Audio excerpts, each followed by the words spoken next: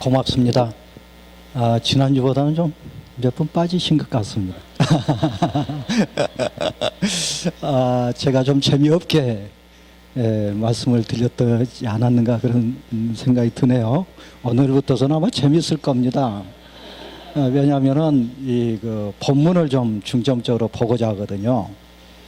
물론 이제 이 유인물을 여러분들에게 나눠 드렸지만은 건너뛸 거는 건너뛰고 글쎄요, 시간이 뭐 될지 모르겠어요. 사실은 창세기 하나만 가지고도 공부하기가 뭐 한 학기 내내 해야 될 과제인데 오늘 출애굽기까지 갈지 모르겠습니다. 못 가면은 뒤에 그 예언서 부분을 제가 많이 할애를 해 놨기 때문에 충분히 서연서 부분을 하루에 요약하면은 되리라고 그렇게 생각합니다.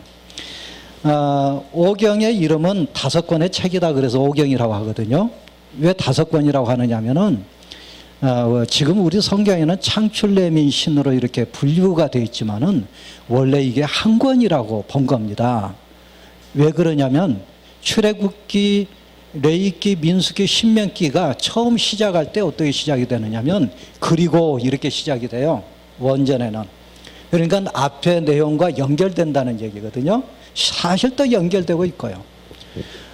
그런데 왜 오경이라고 하느냐면 이 두루마리를 만들어서 항아리 속에 넣어 두는데 그게 딱 창세기 한 권 분량, 출애굽기 한 권 분량 이래가지고 5개 두루마리로 되어 있기 때문에 오경이라고 그렇게 불렸던 것 같습니다. 이 오경의 저자는 누구냐 하는 부분에 대해서는 전통적으로 유대교 전통뿐만이 아니라 기독교 전통에서는 모세가 썼다 하는데 뭐 이의가 없었지요. 그 이유는 성경 본문이 그렇게 증언하고 있다는데 결정적입니다. 다만 계몽주의 이후에 사람의 이성이 중시되고 그러면서 분석적인 방법이 도입되면서 이후에 오경을 가만히 들여다보니까 하나님의 이름도 여호와라고 돼 있는 데도 있고 엘로힘으로 돼 있는 데도 있고 또 아브라함이 자기 부인을 누이라고 속인 것도 2번, 이삭이 속인 것도 2번, 그것도 부전자전이네요. 별로 좋지 않는 거는 그 부전자전해서는 안 되는데 하여튼 2번씩 이렇게 돼 있고 또 모세가 죽은 이후의 이야기도 되어 있더라. 이런 걸 보면서 모세가 쓴 것 같지 않다. 그리고서 이제 많은 학자들이 분류를 해가지고 많은 문서들의 종합물인 것 같다. 편집물인 것 같다. 이렇게 분석하게 됐어요. 그때가 19세기 말부터서 20세기 초까지. 그러니까는 1970년대까지는 이런 학파가 주류를 이뤘다고 볼 수 있습니다. 지금은 또 이런 학설이 조금 사양길로 접어들었네요. 학교에서도. 왜 그러느냐면은 그게 전부가 아니다. 이렇게 본 거죠. 하여튼 중요한 거는요. 전통적인 입장에서 보든 아니면은 근대 학자들이 주장한 바든 중요한 것은 모세에게 돌렸다라고 하는 거거든요. 모세가 썼든 아니면 종합물이든 모세의 이름으로 오랜 전통에서 기억하고 있다는 건 뭘 의미하느냐?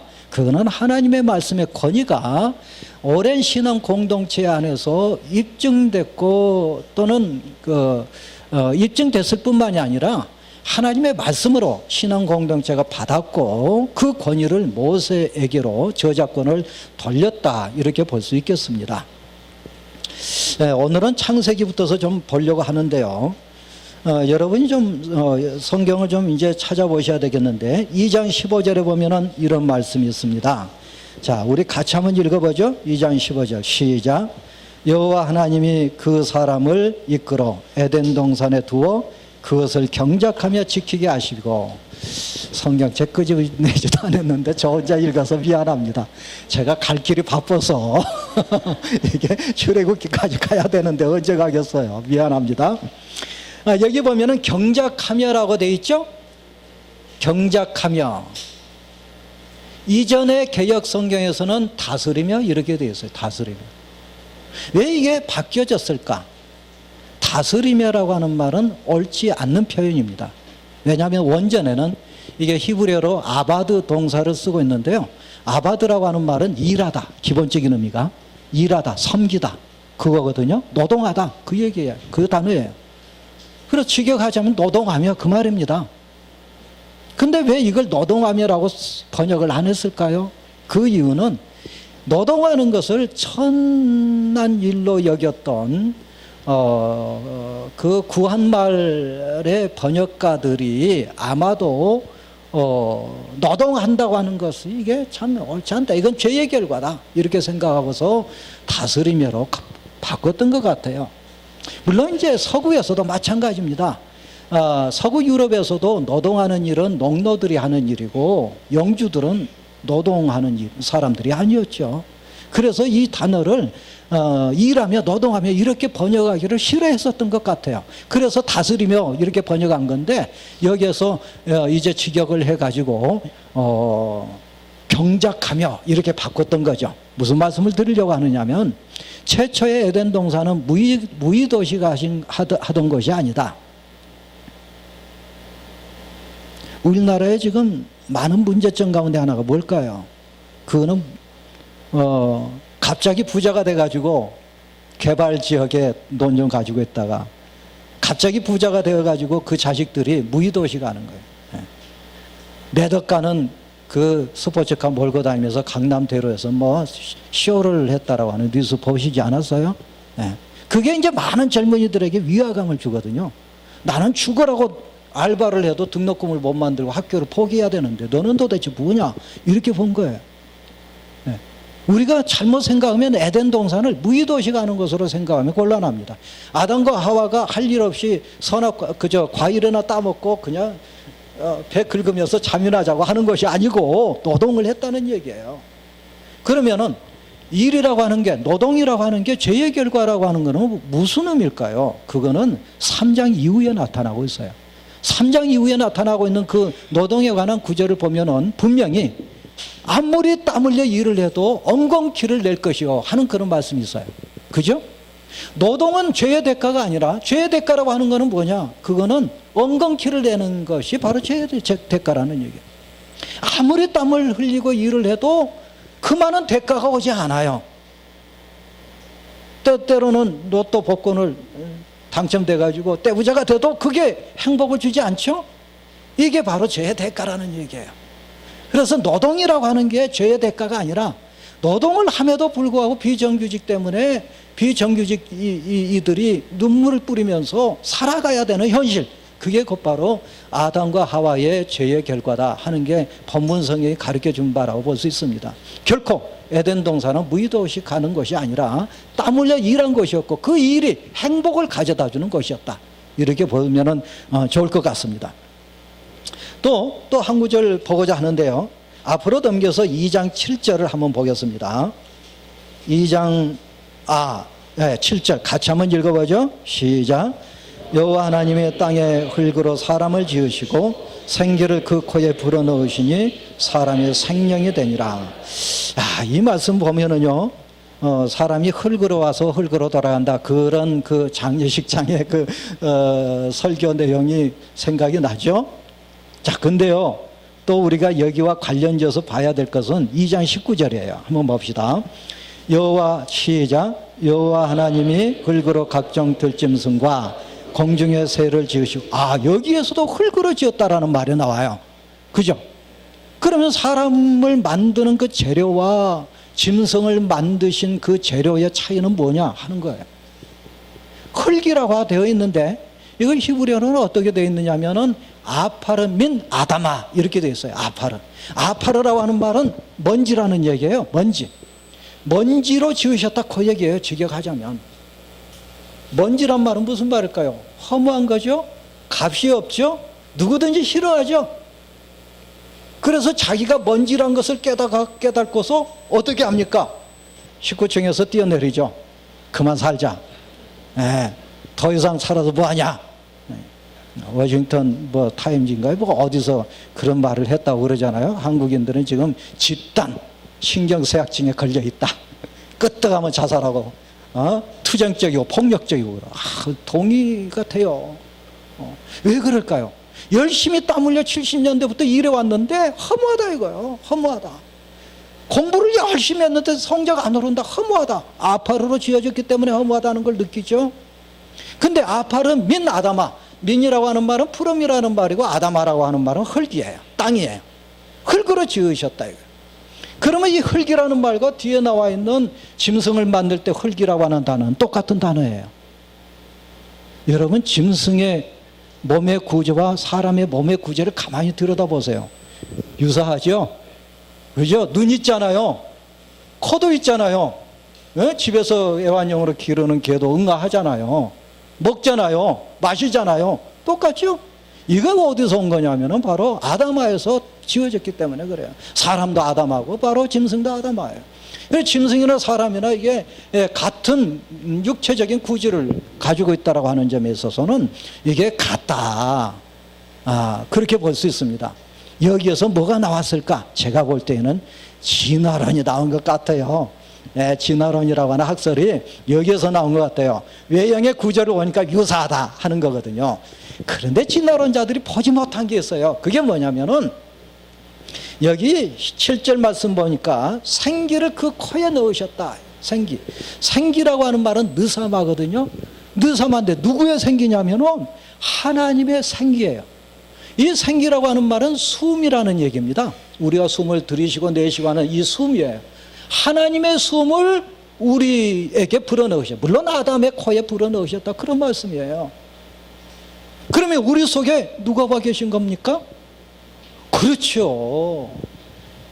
하나님이 와 계신 거라고 볼 수가 있어요. 너희 몸이 하나님이 거하시는 성전인 줄 알지 못하느냐? 어디 있습니까? 고린도서에 나오죠. 그렇죠? 네. 우리가 아파르로만 돼 있고 아담아로만 돼 있다라고 한다면은 지금 뛰어내려야 돼요. 그리고 여기 와서 더운데 지금 뭐 이거 공부하겠다고 이럴 필요 없어요. 근데 중요한 거는 여기에 느사마가 들어와 있다는 얘기예요. 우리 몸속에 하나님의 숨이 들어와 있어요. 하나님의 숨이. 우리가 숨을 쉬는 이 숨이 뭡니까? 생명이죠. 하나님의 생명이 들어와 있어요. 하나님의 생명이 들어왔는데 얼마나 존귀한 자입니까? 그죠? 사람처럼 존엄한 자가 없어요. 뭐 인권선언을 말하고자 하는 얘기가 아니고 하나님의 생명이 내 속에 들어와 있다라고 하는 점에 있어서 사람은 굉장히 존엄한 존재입니다. 그래서 시편 8장 8편 4절에 보면은 하나님보다 조금 못하게 지으시고 이렇게 되어 있어요. 이전 성경에는 그 구절이 천사보다 조금 못하게 지으시고 이렇게 됐는데 그건 잘못된 거예요. 왜냐하면 분명히 엘로힘으로 되어 있어요. 거기에 원전에. 그럼 왜 천사라고 번역했을까? 70인경에 천사로 되어 있거든요. 그래서 원전에 따르지 않고 70인경을 따라가지고 이전의 개혁성경에서는 천사보다 조금 못하게 지으시고 이건 틀리다는 얘기죠. 왜요? 천사가 흠모한다고 했거든요. 우리를. 왜? 하나님의 형상대로 지음받고 하나님의 숨이 들어왔으니까 천사가 흠모할 수밖에 없죠. 천사를 가리켜서 하나님께서 천사는 부리기 위해서 지으셨지만 인간은 대화하기 위해서 지으셨거든요. 하나님보다 조금 못한 존재, 굉장히 중요한 존재로 지음받았어요. 조금 못나도 공부를 좀 못해도 돈을 좀 못 벌어도 저같이 키가 작아도 하나님의 형상대로 지으셨고 하나님의 숨이 들어와 있고 뿐만이 아니라 하나님보다 조금 못하게 지음을 받으신 귀한 존재라고 하는 것을 여기서 보여줘요. 그러기 때문에 생명이 되었다. 이렇게 되어 있습니다. 생명이 되었다. 네펫이 하야. 생명이 됐다라고 생명 이 말은 네펫이 하얀데 살아있는 존재 그 말이에요. 살아있는 존재가 됐다. 영적인 존재라고 하는 말은 신약과 관련지어서 보는 용어고요. 구약적으로 말한다면 살아있는 존재다. 왜 살아있는 존재일까요? 하나님과 대화하는 존재이기 때문에 살아있는 존재라고 하는 것을 여기서 가르쳐주고 있어요. 자, 아담과 하와의 범죄 이야기 안 할 수가 없죠.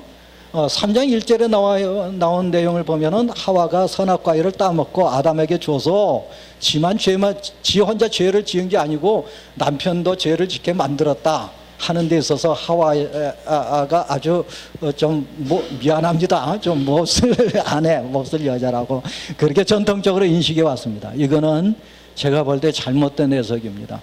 제가 이런 말씀 드린 거는요, 이 한 구절 한 구절이 제 논문으로 다 나와 있어요. 제가 우리 교단 표준 주석 집필위원이고 제가 지금 주석을 집필하고 있는데 여러 선생님들과 함께 집필하고 있는데 이런 구절들은 굉장히 중요한 구절들이어서 논문으로 이미 발표된 구절들이에요. 제가 관심 있는 게 히브리 언어거든요. 히브리 언어가 어떻게 되어 있느냐, 그게 무슨 의미가 있느냐 하는 것을 관심 있게 공부하고 있고 연구하는 중이기 때문에 말씀드릴 수가 있어요. 하와가 정말 몹쓸 여자일까요? 그렇습니까? 이거는 가부장적인 제 체제 아래에서 해석된 거라고 볼 수 있어요. 여성 신학자들은 어떻게 보느냐 하면은 성경은 남자들이 썼기 때문에 자기들에게 유리할 대로 썼다 이렇게 말을 해요. 따라서 자기들에게 유리할 대로 쓴 것을 다 벗겨내야 된다. 맞아요? 우리 권사님들. 저는 어떻게 보느냐면은 남자들이 쓴 건 분명하다. 그러나 성경이 하나님의 말씀인 한에 있어서 어떤 문화와 관습을 뛰어넘는 원리가 그 밑에 있다고 봅니다. 원리가 그 밑에 있어요. 그래서 가부장 제도라든지 아니면은 일부 다체제라든지 뭐 여러 가지 이야기가 여기 있지만은 그 밑에 그 흐르는 토대가 중요하다. 하나님의 말씀인 한에 있어서는 문화와 관습을 뛰어넘는다고 볼 수 있어요. 자, 그러면은 이 구절을 우리가 어떻게 봐야 되느냐? 자, 하와가 뱀이 오니까 넘어갔죠. 왜 넘어갔어요? 하와가 정말 먹으라고 하더냐? 그러니까 먹을까 하노라. 이상하게 말을 바꿨어요. 뭐가 잘못된 걸까요? 성경 하나님의 말씀을 바꾸는 게 잘못됐어요. 또 첨가하죠. 정령 죽는다는데 죽을까 하노라 이렇게 말을 하고 만지지도 말라는 말을 첨가를 해요. 만지지도 말라는 말씀을 하나님께서 안 하셨어요. 첨가한 게 문제죠. 하나님의 말씀을 바꾸고 첨가하면 그게 잘못된 신앙이에요. 자, 근데 제가 말씀을 드리고자 하는 건 그건 아니고 이렇게 해서 먹었어요. 선악과일을. 자, 먹고 났는데 아담에게 줬어요. 근데 그때 아담은 뭐 하고 있었을까요? 하나님께서 따먹지 말라고 하는 말씀은 하와에게 했을까요? 아담에게 했을까요? 아담에게 했죠. 하와는 있지도 않았어요. 그때 성경을 보세요. 하와가 없었어요. 예, 18절 2장 18절에 보면은 돕는 배필을 지으리라 했는데 먹지 말라는 말은 17절에 나와요. 따라서 하와는 몰랐다고도 볼 수 있어요. 아니, 직접 듣지 않았어요. 근데 몰랐을 리는 없었을 거야. 그 주변에서 사니까 아담이 얘기를 했겠죠. 그런데 왜 뱀이 와서 유혹했을 때 아담은 어디 가고 있었을까요? 주석가들은, 보수적인 주석가들은 어떻게 보느냐 하면 외출했다고 봐요. 외출했다가 집에 들어오니까 딱 따먹었거든? 그러면서 주니까 덜거든 배가 고파서 먹었다. 그렇게 실제로 그렇게 주석을 하고 있습니다. 네. 근데 에덴 동산에서 외출하면 어디로 갔었을까요? 친구 집에 뭐 갔을 리도 없고요. 사람이 없었으니까. 이 안에 함께 있는 이 말이 있는데, 함께 있는 남편에게 줬다 이 말씀이 있는데, 함께 있다라고 하는 이 말, 임마누엘 할 때 그 말인데, 임이라고 하는 말은 공간적인 범위 안에서 함께 있다 그런 말이에요. 바로 옆에 있었다는 얘기예요. 아담이 좀 덜 떨어진 부분이 있어요. 네. 돕는 배필을 지으리라 이 말씀이 전통적으로는 남편을 평생 따라 살아야 된다. 그래서 옛날 우리 부모님들 보면은 아버지, 할아버지가 지팡이 짚고 팔자걸음 걸으면서 한 5m 정도 앞에 가면은 할머니, 어머니는 하나 업고 하나 손에 잡고 그리고 보따리 한 손에 들고 절절절 따라가는 모습이 기억이 나요. 돕는 배필이라고 하는 말은 그런 말이 아니에요. 여기 돕다라고 하는 말은 에즈라라고 하는 얘기인데요. 이 말의 용례를 다 살펴보니까 딱 두 번만 사람이 사람을 도울 때 그 단어를 쓰고 하나님이 이스라엘을 도와주신다 했을 때 그 단어를 써요.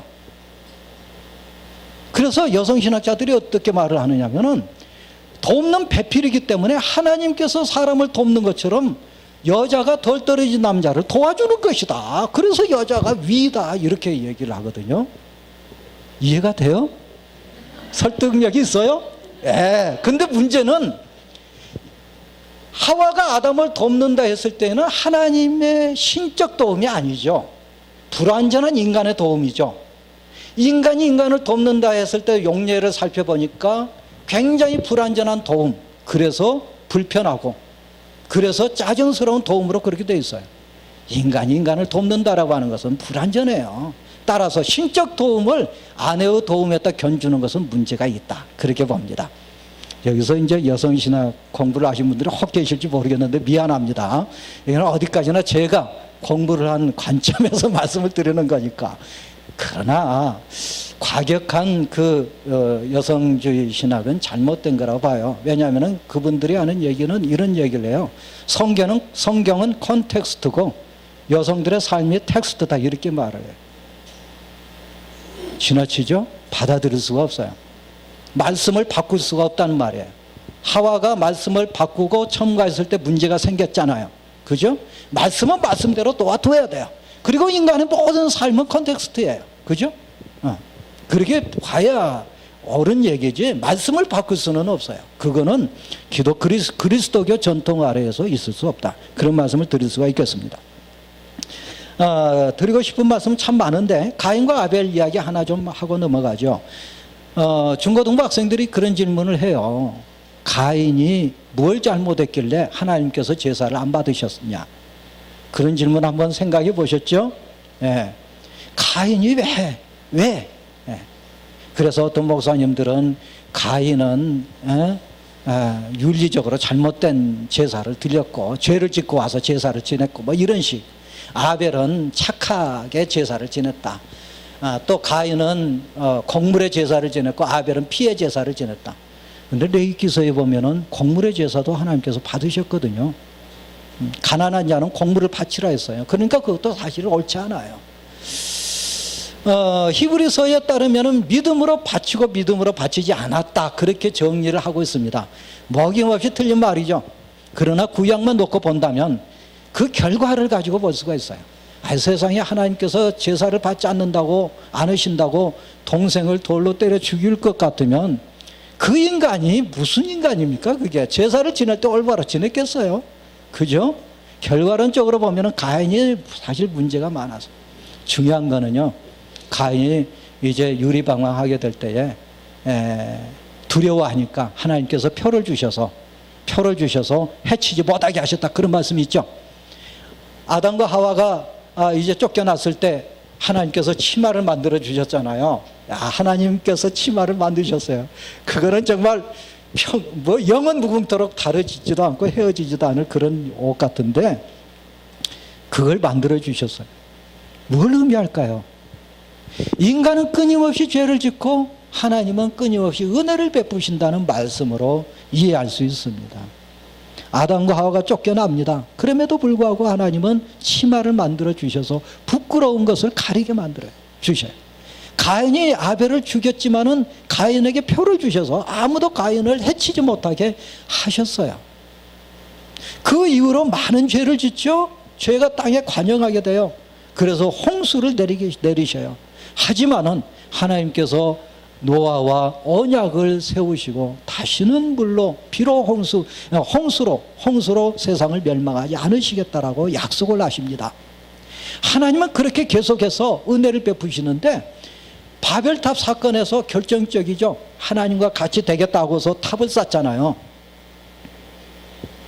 그래서 흩으시고 아브람을 택하세요. 한 사람을 택하시고 한 민족을 택하시고 한 사람과 한 민족을 통해서 예수 그리스도를 세상에 주시기까지 하셨던 거죠. 자, 창세기 구조는 1장부터 11장까지를 원역사라 하고 12장부터 50장까지를 족장사라고 그렇게 분리를 합니다. 그 이유는 족장의 이야기는 현대 역사적 개념으로 접근 가능합니다. 조금 이따 말씀드리죠. 그런데 1장부터 11장까지는 현대 역사적 이해를 가지고 접근이 불가능해요. 가인이 아벨을 죽이고 방황하다가 성을 만들었다는 말씀이 나와요. 그러면은 가인은 성을 만들었다는 말은 도시화됐다라고 하는 얘기인데 그때는 우리가 가지고 있는 역사적 개념을 가지고 분석한다면 구석기 시대에 속할까요? 신석기 시대에 속할까요? 아마 청동기 시대에 속할 거예요. 예? 성을 만들었다 하니까. 그러면은 아담과 하와, 가인과 아벨은 청동기 사람이네요. 구석기 시대, 신석기 시대 사람들은 다 어디 갔었을까요? 현대 역사적 개념으로 접근 불가능합니다. 그래서 원역사라고 그렇게 말을 합니다. 원역사의 내용은 제가 지금까지 말씀을 드렸던 대로 인간의 실존 문제, 왜 인간에게 죽음이 왔을까? 왜 땀 흘려 노동을 해도 비가 와가지고 싹 쓸어버릴까? 왜 사람은 아이를 낳을 때 고통스러워할까? 짐승은 그러지 않는 것 같은데 그런 거죠. 왜 사람은 죽일까? 서로 미워하고 죽일까? 이런 것들에 대한 답, 그런 인간의 실존적인 문제에 대한 해답이 1장부터 11장 원역사에 나타나고 있다는 점입니다. 그럼에도 불구하고 그 원역사를 통해서 하나님께서 우리에게 주시고자 하시는 말씀은 뭘까요? 인간은 끊임없이 죄를 추구하고 하나님은 끊임없이 인간을 용서하시며 은혜를 베푸신다라고 하는 그런 내용입니다. 그게 곧바로 신학이라고 할 수가 있어요. 원역사가 주는 신학은 뭘까요? 하나님은 인간을 창조하시고 인간을 사랑하시고 인간에게 다가서지만 인간은 하나님께 반역하고 죄를 짓고 항상 멀어져 가고 탕자와 같이 멀어져 가죠. 그럼에도 불구하고 하나님께서는 끊임없이 가깝게 나가셔서 야단치시기도 하고 또는 그 매를 때리시기도 하지만은 그러나 사람에게 은혜와 사랑을 베푸시고자 한다고 하는 말씀이 1장부터 11장까지의 신학 혹은 내용이라고 볼 수 있습니다. 족장의 이야기를 보면은 아브라함을 택하신 말씀이 나오는데요. 아브라함을 현대 역사적 관점에서 봤을 때에 19세기 사람으로 봅니다. 주전 18세기, 주전 19세기 사람으로 봐요. 그때가 언제냐면 그 함무라비 대왕이 함무라비 법전을 만들 그 대왕하고 같은 시대, 같은 사람이라고 봅니다. 여기에 제가 말씀을 여러분에게 나누어 드린 유인물을 보면 마리문서라고 하는 게 있고 누지문서라고 하는 거 있는데, 마리문서는 물론 메소포타미아 지역에서 발굴된 토판입니다. 누지문서도 마찬가지고요. 그런데 이 마리문서와 누지문서는 각각 토판이 거의 한 2만 개 정도 돼요. 마리라고 하는 마을, 누지라고 하는 마을에서 발굴된 토판들이 2만 개 플러스 2만 개 정도 돼요. 그런데 그 토판들이 모두 아카드어로 쓰여져 있는데요. 그 토판들이 무려 지금부터 3,000년, 4,000년 되는 그런 토판들이에요. 근데 그 토판들을 해독하고 보니까 아브라함이라든지 야곱이라든지 베냐민이라든지 요셉이라고 하는 단어가 나와요. 특히 마리문서에 그런 단어가 나옵니다. 그 단어가 나오는데 다만 그 단어는 한 개인을 지칭하기보다는 성을 지칭하는 고유명사로 등장하고 있어요. 그럼 성경에 나와 있는 인명과 마리문서에 나와 있는 그 도시의 이름, 성의 명칭과 어떤 관련이 있을까? 관련이 있을 수 있죠. 왜 그러냐면요, 고대 사회에서는 성의 이름을, 성주 이름을 따가지고 성 명칭을 붙였어요. 충분히 그럴 수 있죠. 그래서 아브라함성, 이삭성, 요셉성 뭐 이런 식으로 이해할 수 있는 거죠. 하여튼 인명과 그리고 도시명으로 분리되어 있지만, 구분되어 있지만 성경에 나와 있는 고유명사가 마리문서에 나온다라고 하는 것은 성경에 나와 있는 족장들의 이름이 역사적으로 해명 가능하다는 얘기입니다. 또 하나 누지문서를 보면은 맏아들이 다른 아들들보다 2배나 더 상속받아야 된다, 그런 상속에 관한 법이 기록이 되어 있어요. 우리나라는 남자나 여자, 아들이나 딸이나 똑같이 상속받죠. 지금은. 얼마 전까지만 해도 차별이 있었어요. 장남은 3분의 2, 차남은 3분의 1, 시집가면은 안 줘, 뭐 이런 식으로 돼 있었습니다. 그런데 누지문서에도 그렇게 돼 있어요. 또 하나는 맏아들은 출생 순서가 아니고 아버지의 유언에 따라서 맏아들이 결정된다는 내용이 누지문서에 있어요. 그거는 성경에 나와 있는 이스마엘이 아니라 이삭이라고 하는 것과 또는 에서가 아니라 야곱이라고 하는 내용, 이런 내용과 일치한다고 볼 수 있어요. 장자권이 매매가 됐어요. 또 누지 문서에 보면. 또 하나는 여주인이 아기를 못 낳으면은 몸종을 남편에게 주어서 아기를 생산하도록 유도했습니다. 씨바지를 줬다는 얘기죠. 이거는 사라와 하갈에 관련된 이야기와도 일치합니다. 아버지의 드라빔을 우상인데 아버지의 드라빔을 가지고 있는 자가 맏아들 혹은 상속자를 의미한다고 그렇게 되어 있습니다. 이것도 역시 야곱의 그 사랑하는 여자였던 라헬이 드라빔을 가지고 있었다라고 하는 점에 있어서 우리가 관심 있게 볼 대목이라고 볼 수 있습니다. 이런 것들은 현대 역사적 유물을 통해서, 고고학적인 유물을 통해서 족장들의 이야기들이 설명이 가능하고 해독이 가능하다, 그런 점에 있어서 족장의 역사는 현대 역사적 개념과 일치한다, 이렇게 본다는 거죠. 왜 이 말씀을 드리냐면은 현대 구약학자들 가운데서는 족장들의 이야기는 허구다 이렇게 말하는 분들이 있어요. 가능하면은 연대를 끌어내리는 것이 그게 학문적이라고 보는 것도 문제가 있죠. 하여튼 분명한 것은 고고학적으로 해명이 가능하다고 하는 것이 분명합니다. 그래서 아브라함 시대까지 현대 역사적 관점을 가지고, 개념을 가지고 해명이 가능하다는 것입니다. 창세기 신학을 보면은 방금 전에 제가 말씀을 드렸습니다만은 하나님은 창조자시고 인간은 죄를 짓는다. 그리고 하나님은 그 죄인인 인간을 구원하신다라고 하는 게 창세기의 신학이라고 볼 수 있습니다. 그리고 또 하나 말씀을 드리자면 족장들에게 준 그 신학 가운데 중요한 게 약속이라고 하는 신학적인 용어예요. 아브라함을 부르시고 약속하셨죠? 어떤 약속을 하셨습니까?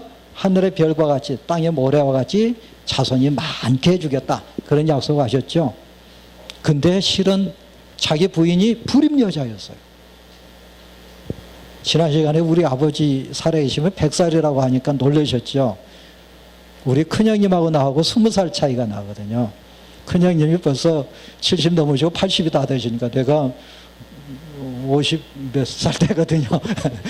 20살 차이 나니까. 우리 형제가 열이에요. 그러니까 충분히 그럴 수 있잖아요. 근데 아브라함은 아기를 못 낳았어요, 부인이. 그것도 100살 때 덜렁 하나 낳았어요. 말이 됩니까? 하늘의 별과 같이라고 하는 말이. 이해가 안 가죠? 동서남북을 바라보라고 그러면서 이 모든 땅을 주겠다고 약속하셨어요. 근데 아브라함 이름으로 아브라함이 집문서, 땅문서 가지고 있었다라는 얘기는 없어요, 성경에. 다만 해적석에게 막벨라 굴을 샀다는 얘기가 나요. 그것도 묘지로 쓰기 위해서. 막벨라 굴밖에 없었어요, 자기 이름으로 된 거는. 하나님께서 뻥치신 겁니까? 족장의 이야기는 아브라함에게 약속하신 이 두 가지 약속이 성취되어가는 과정이 족장 이야기예요. 이삭에게 또 약속하시고 야곱에게 또 약속하시면서 그 과정들이 성취되어 가는데, 공교롭게도 또는 아이러니컬하게도 불임 여성을 통해서 자손이 많아지게 하시겠다라고 하는 자손의 약속을 하시고, 막벨라 굴을 통해서 모든 땅을 주시겠다고 약속을 하세요. 희망이 있죠, 우리 희망 없습니까? 막벨라 굴과 또 비교할 수 없는 13평짜리 아파트가 있어도 하나님께서 많은 것을 주시겠다라고 하는 상징적인 걸로 볼 수 있잖아요. 아닌가요? 그러면 하나 말씀드려요. 예를 들어볼게요. 아브라함의 아들이 독자죠. 이삭이죠. 이스마엘은 이제 나갔으니까. 하나였어요. 하나에다가 동그라미 치면은 언제까지 칠 수 있어요? 내일 아침까지 동그라미 쳐도 칠 수 있어요. 그죠?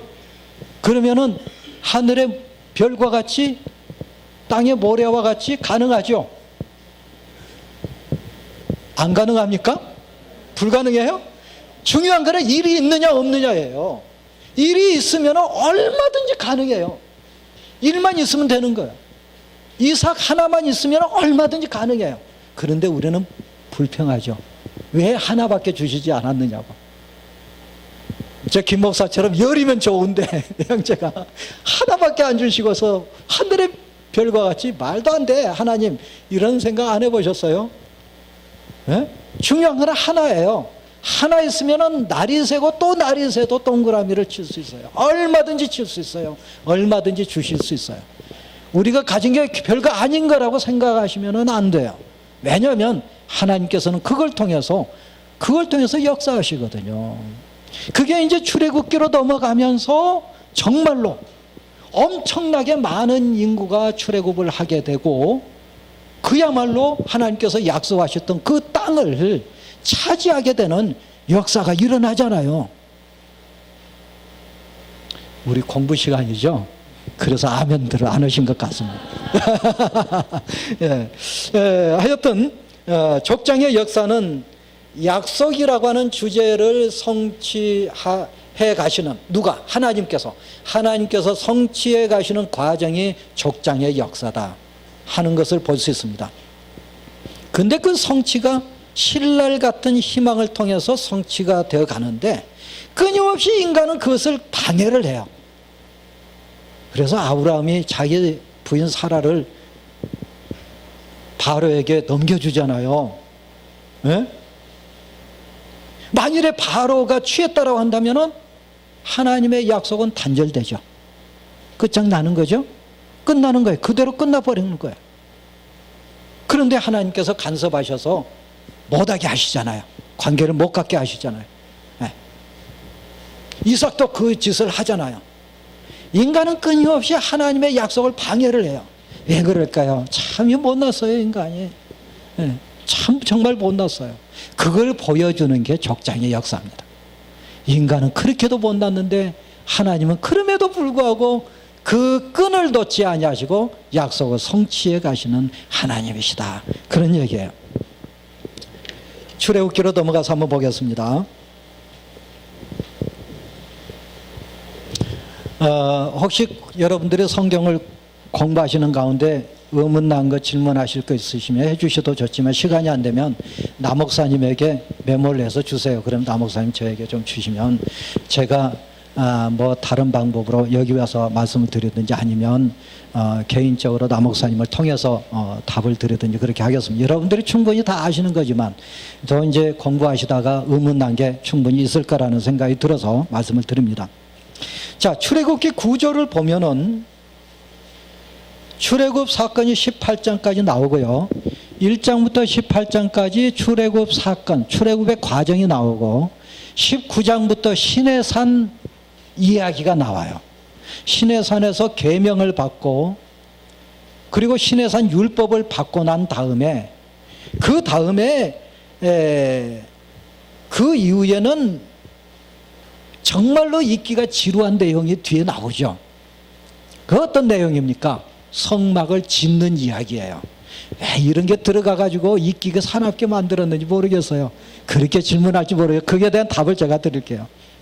자, 이렇게 돼 있는데, 출애굽 사건은 뭐 여기에 배경이라고 하는 거는 여러분 보시면은 될 것 같습니다. 될 것 같은데 한 가지만 말씀을 드리면은요, 어떤 일부 그 학자들은 출애굽 사건은 역사적으로 있지 않았다, 그렇게 말을 하는 분들이 있어요. 그 근거로서 이집트 역사에 출애굽 사건이 기재되지 않았다는 얘기예요. 기록이 없다는 얘기거든요. 그냥 참 어리석은 말이에요. 왜 그러냐면은 전제 군주 제도 아래에서 역사라고 하는 거는 누구를 위해서 씁니까? 군주를 위해서 써요. 절대 군주제도 아래에서 역사는 군주를 위한 이념을 만들기 위해서 역사책을 쓰거든요. 수십만 명이나 되는 노동자가 탈출을 해가지고 이집트의 경제가 마비됐다고 한다면, 그걸 역사책에 기록한다면은 후손들이 어떻게 알겠어요? 조상을 알기를, 특히 바로를 알기를. 그래서 그런 거는 쓰지 않는 겁니다. 그건 너무나 당연한 거예요. 이집트 역사에 없다라고 그래서 출애굽 사건이 없었다? 말도 안 되는 거죠. 만일에 출애굽 사건이 없었다라고 한다면 출애굽기만 기록된 게 아니고 시편 여기저기에서 출애굽 사건에 대한 내용이 엄청 많이 나오기 때문에, 그리고 자기들의 그 역사 가운데서 결정적인 사건, 말하자면 하나님께서 자기 조상들을 구원해 내셨다라고 하는 결정적인 사건으로서 출애굽 사건을 언급하고 있기 때문에, 고백하고 있기 때문에, 조금 먹물 좀 먹었다라고 그래서 무조건 아니다 기다 이렇게 말을 하는 것은 그야말로 넌센스다 이렇게 볼 수 있습니다. 출애굽의 연대를 언제냐 하는 것에 대해서도 이론이 있습니다. 13세기로 보는 견해가 있고요. 또는 15세기로, 주전 15세기로 보는 견해가 있는데, 1445년으로 본 이유는 열왕기상 6장 1절에 보면은 출애굽으로부터 솔로몬 성전 짓기까지가 480년 걸렸다라는 내용이 나와요. 480년. 솔로몬의 통치 시작을 주전 970년으로 본다면 480 더하기 970 하니까 1445년이 됐다. 그런 얘기입니다. 성전 건축 기간이 성경에 그 연도가 기록이 돼 있거든요.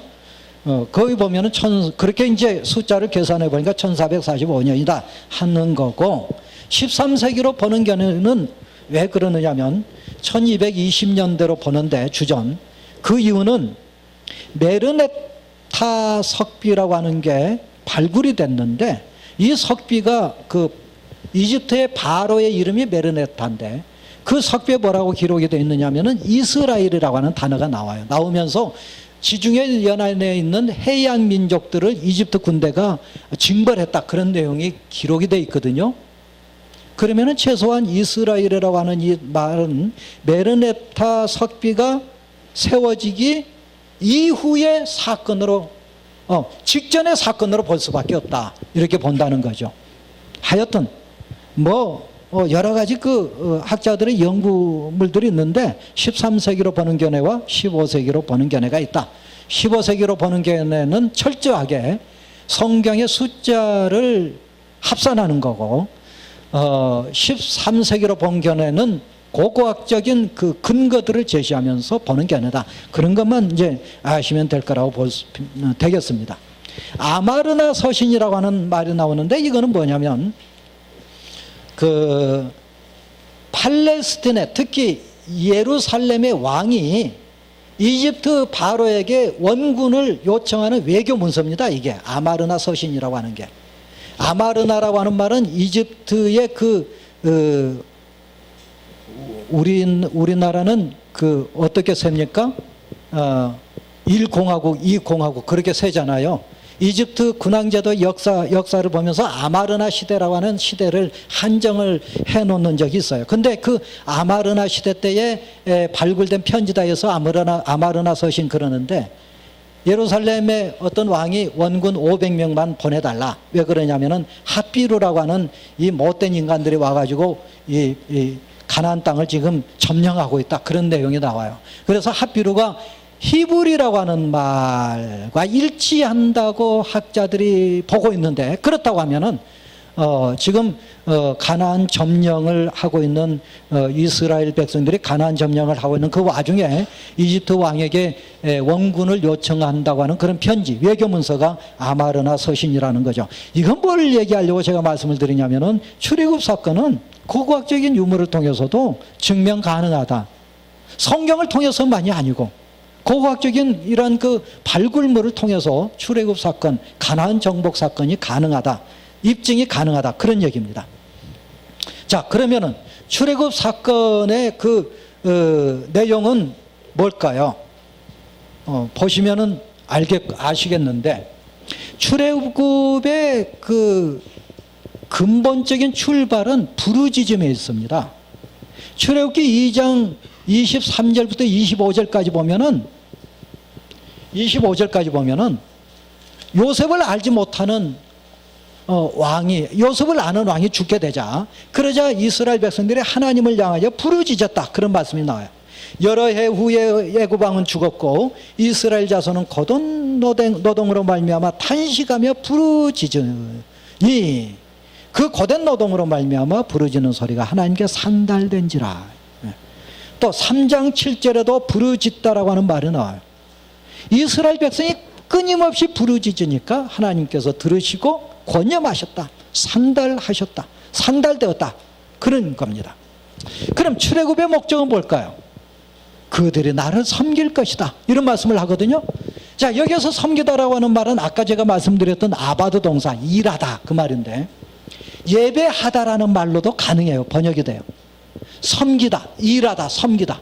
그래서 출애굽기 1장에 보면은 바로를 위해서 섬겼다, 바로를 위해서 일했다, 그런 말들이 종종 나오는데, 바로를 위해서 섬길 게 아니라 나를 위해서 섬기도록, 나를 위해서 섬기도록 내보내라, 그거거든요. 그래서 출애굽의 목적은 하나님을 예배하는 공동체로 만들기 위해서 출애굽을 시키셨다, 그런 얘기예요. 교회 공동체의 목적이 뭘까요? 하나님을 예배하는 거예요. 하나님을 예배드리기 위해서 구원하신 거거든요. 예배드리지 않는 사람은 사실 구원의 반열 안에 들어갈까 모르겠어요. 교회 가야 구원받는다, 그런 말은 성경에 없지만, 그러나 예배드리는 목적이 바로 구원받은 백성들의 의무거든요. 그거는 출애굽 사건을 통해서 우리가 알 수가 있어요. 그럼 출애굽의 의의는 뭘까요? 출애굽의 의의는 수평적인 측면에서 본다면은 사회적 해방이라고 볼 수 있습니다. 내 백성을 보내라, 그 말이거든요. 보내라. 수평적 해방이에요. 이집트에서 팔레스틴으로 해방시킨 거예요. 일제시대 때 일본 사람들이 성경을 못 읽게 한 성경이 있었어요. 뭐냐면 출애굽기하고 요한계시록이에요. 출애굽기를 못 읽게 했고 요한계시록을 못 읽게 했습니다. 왜? 출애굽은 사회적 해방이 들어있거든요. 노예가 해방된다라고 하는 것은 사회적 해방이에요. 그런데 그들이 나를 섬긴다, 이 말은 종교적인 의미에서 구원이에요. 예배 공동체가 된다라고 하는 것은 구원 공동체가 된다는 얘기거든요. 이스라엘 백성들이 사회적인 측면, 수평적인 측면에서 해방됐다, 그것만 본다면은 해방신학가들이 주장하는 것과 해방신학자들이 주장하는 것의 전거로서 출애굽기를 우리가 읽을 수밖에 없는데, 그것으로 끝나지 않아요. 종교적 구원으로 나아가게 됩니다.